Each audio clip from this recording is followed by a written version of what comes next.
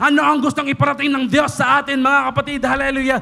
What the enemy meant for evil, God will turn it into good, mga kapatid. Anumang mga sandata, anumang mga weapon na gagamitin niya upang pahirapan ka, upang patayin ka, upang saktan ka, upang guluhin ka, upang manghina ka, upang hallelujah, God will use it for good. Hallelujah. It's the same weapon that God will use to give you the victory. It's the same weapon that God will give you to give you success. It is the same weapon that God will give you to reach your destination, mga kapatid. What the enemy meant for evil, God will turn it into good. Ano mang mga problema ang ibato sa iyo ng kaaway, ang problema na yan ang magiging panibagong kalakasan mo. Ang problema na yan ang magiging panibagong testimony mo.